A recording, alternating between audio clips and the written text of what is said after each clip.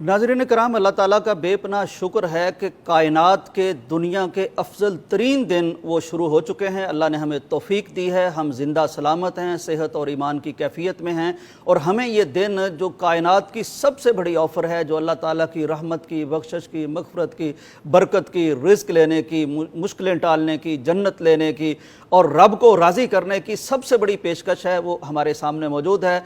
आप अंदाज़ा कीजिए कि ये दिन कितने गोल्डन दिन हैं, ये दिन कितने कीमती दिन हैं।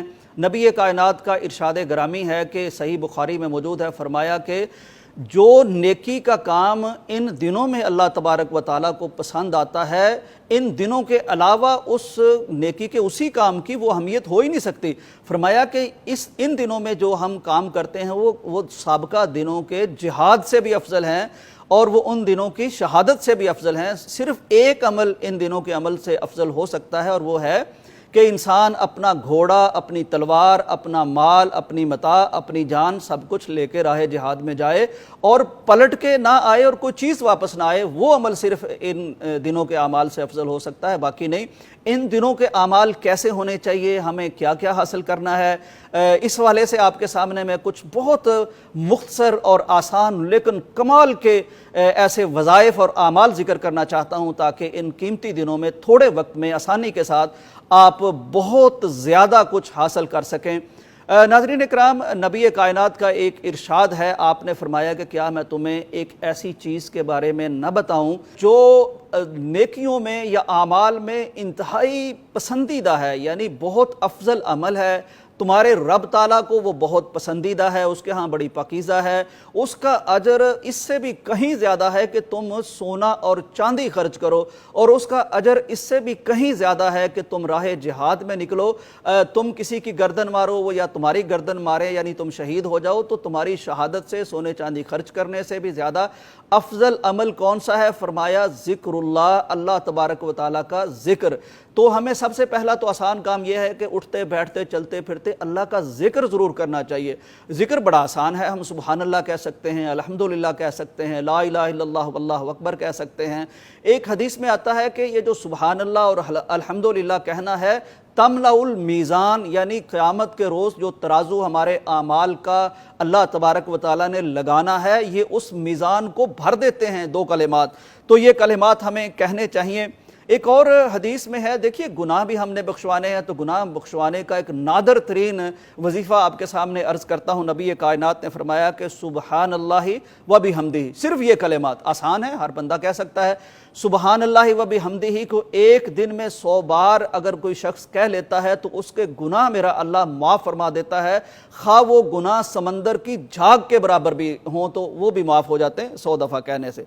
फिर एक और वजीफ़ा आपके सामने अर्ज़ करता हूँ, इस वजीफ़े की फजीलत भी सुन लीजिए। 10 गुलाम आज़ाद करने का अजर है इस वजीफ़े में। ज़रा अंदाज़ा कीजिए कि एक इंसान की कीमत क्या हो सकती है। तो 10 इंसानों को अगर आज़ाद करना हो तो इतना अजर, यही नहीं और भी इसके साथ फरमाया 100 नेकियां भी मिलती हैं और 100 गुनाह माफ़ होते हैं, और ये वजीफ़ा करने वाला शाम तक शैतान के शर से भी महफूज रहता है। और फरमाया कि इस वजीफ़े से अफजल कोई और वजीफ़ा नहीं सिवाय इसके कोई और शख्स इसी वजीफ़े को इससे ज़्यादा मर्तबा कर ले। अब वजीफ़ा क्या है? बड़ा आसान है। फरमाया ला इलाहा इल्लल्लाहु वहदहु ला शरीका लहु लहुल मुल्कु व लहुल हम्दु व हुवा अला कुल्लि शैइन कदीर। फिर नाज़रीन एक और छोटी सी दुआ आपको बताता हूँ। फरमाया कि जो शख्स ये पढ़ लेता है कि रज़ीतु बिल्लाहि रब्बन व बिल इस्लामी दीनन व बि मुहम्मदिन रसूला, यानी मैं अल्लाह पर राज़ी हुआ, अल्लाह के नबी के रसूल होने पर राज़ी हुआ और दीन इस्लाम होने पर राज़ी हुआ, तो ये अल्लाह के ज़िम्मे हो जाता है कि फिर अल्लाह उसे राज़ी करे। आप कितना शानदार ये छोटा सा एक जुमला है, अगर बंदा याद करके पढ़ता रहे तो अल्लाह के ज़िम्मे हो जाएगा कि अल्लाह ताला अपने बंदे को राज़ी करे। नाज़रीन इकराम, नबी कायनात का एक और इरशाद है, सही बुखारी में है, फरमाया कि सुबहानल्लाहि वल्हम्दुलिल्लाहि वला इलाहा इल्लल्लाहु वल्लाहु अकबर। ये कलिमात कहना नबी कायनात फरमाते हैं कि मुझे हर उस चीज़ से ज़्यादा अजीज़ हैं जिन पर सूरज तुलू होता है, यानी पूरी कायनात से ज़्यादा इन कलिमात का अजर है। इसी तरह नाज़रीन इकराम, बाज़ार में अगर आप जाते हैं और बाज़ार में दाखिल होते वक्त एक दुआ, ला इलाहा इल्लल्लाहु वहदहु ला शरीका लहु लहुल मुल्कु व लहुल हम्दु युहयी व युमीतु व हुवा हय्युल ला यमूतु बियदिहिल खैर व हुवा अला कुल्लि शैइन कदीर, तिर्मिज़ी ترمذی میں یہ روایت ہے، فرمایا بازار میں داخل ہوتے وقت لکھ لینا چاہیے، اسکرین شاٹ لے لینا چاہیے، بندہ موبائل سے دیکھ کے پڑھ لے یہ چیزیں کب ہمارے کام آنی ہیں۔ تو اجر کیا ہے؟ 10 لاکھ نیکیاں ملتی ہیں ایک دفعہ پڑھنے سے بازار میں، اور 10 لاکھ گناہ معاف ہوتے ہیں۔ ناظرین اکرام، لا حول ولا قوت الا باللہ العلی العظیم، یہ جنت کے خزانوں میں سے ایک خزانہ ہے، ایک کنجی ہے۔ اس کو پڑھنے والے کو اللہ رزق وہاں سے عطا کرتا ہے کہ اس کو گمان بھی نہیں ہوتا۔ اسی طرح استغفار کی فضیلت ہے۔ استغفار کے متعلق تو قرآن مجید کی سورہ نوح میں اس وضاحت سے اللہ تبارک و تعالیٰ نے بیان فرمایا ہے کہ استغفار کرنے والے کو اولاد ملتی ہے، رزق بے پناہ ملتا ہے، باغات ایسے ملتے ہیں کہ پانی کی جن میں کوئی کمی نہ ہو۔ تو استغفار بھی بہت بڑی ایک چیز ہے، استغفار بھی کرنا چاہیے۔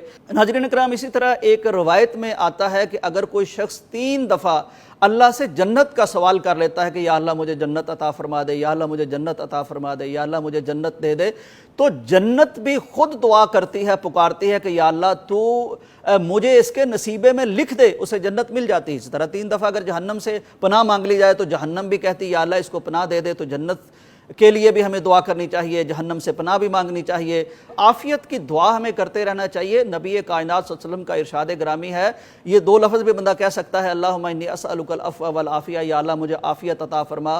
اگر آپ کو عربی کے الفاظ نہ آتے ہوں تو اردو میں بھی کہہ لیں، کوئی حرج نہیں۔ فرمایا کہ عافیت سے بڑی دنیا میں کوئی دعا نہیں ہو سکتی، اور سب سے جامع دعا آخر میں آپ کو میں بتاتا ہوں، یہ وہ دعا ہے جس میں دنیا اور آخرت کی ہر چیز سمٹ آتی ہے، بندہ کوئی اور دعا نہ بھی کر سکے، یہ دعا کرتا رہے جو بہت آسان بھی ہے، قرآن مجید میں مذکور بھی ہے، تو دنیا جہاں کی نعمتیں اس کو اللہ تعالیٰ دیتا رہتا ہے۔ یہ دعا اگرچہ عام ہے لیکن اس کے فضائل کا ہمیں اندازہ نہیں، اس کی جامعیت کا ہمیں اندازہ نہیں، اس کی حیثیت اور اہمیت کا ہمیں اندازہ نہیں۔ دعا یہ ہے کہ ربنا آتنا فی الدنیا حسنۃ وفی الآخرۃ حسنۃ وقنا عذاب النار، یا اللہ دنیا بھی ایکسیلنٹ کر دے، یا اللہ آخرت بھی ایکسیلنٹ کر دے، یا اللہ جہنم سے بھی بچا لے۔ مجھے بتائیے اس کے سوا اور کامیابی کے لیے ہمیں چاہیے کیا؟